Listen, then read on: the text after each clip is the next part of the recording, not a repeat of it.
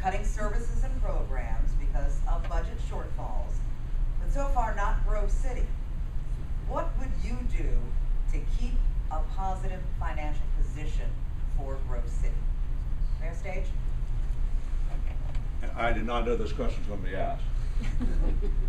This is out of the dispatch, I think either Friday or Saturday. On the left-hand side, we have a suburb described as personnel and programs can be cut. They go through all the exercises they've gone through in looking at the way they're going to cut police protection, parks and rec, senior activity, you name it. On the right-hand side is Grove City.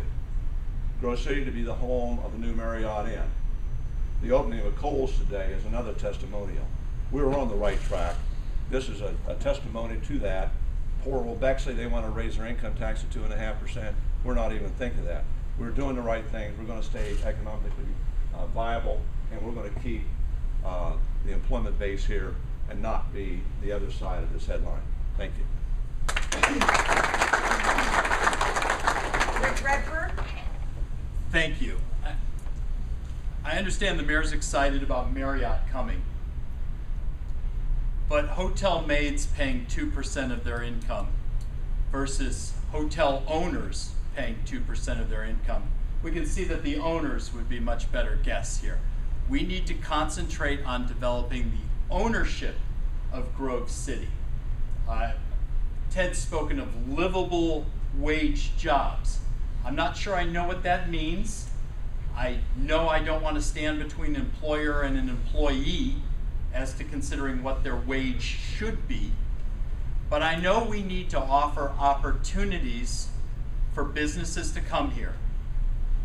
The owner of the business, owning the business in our community, in the community that he lives in, is the only way that Grove City will continue to grow and remain financially viable. Thank you. Mike Euclid? I guess I have to go back to my council days and the finances of this city. And many of you may know, many of you may not know. But when the mayor and I and several people went to Chicago to Moody's, basically we were told we needed to have 6 months of money in reserve in case these problems would happen. They didn't happen to Grove City. So today, financially, Grove City has doubled that. We can run this city for 1 year past any deadline. And that is because of the frugal spending that this city has attained. Thank you. Ted Berry? Thanks,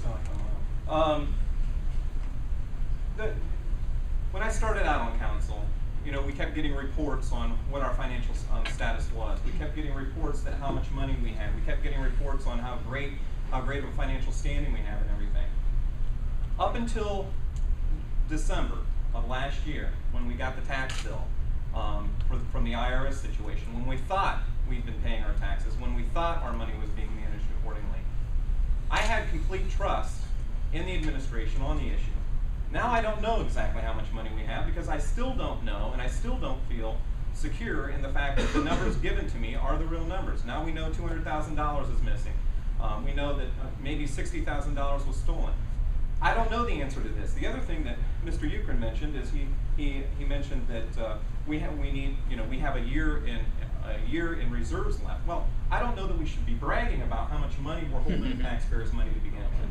That's nothing to brag about. It's good to have some reserves, but it's not good to have an overabundance of money that you're taking from the people and not utilizing for streets, sewers, and sidewalks and everything else. The other thing is, if elected mayor, we need to actually have an active economic development office, not a development office that directs development, but an economic development office. Most communities have them. We don't, and that's one thing that I want to see happen in the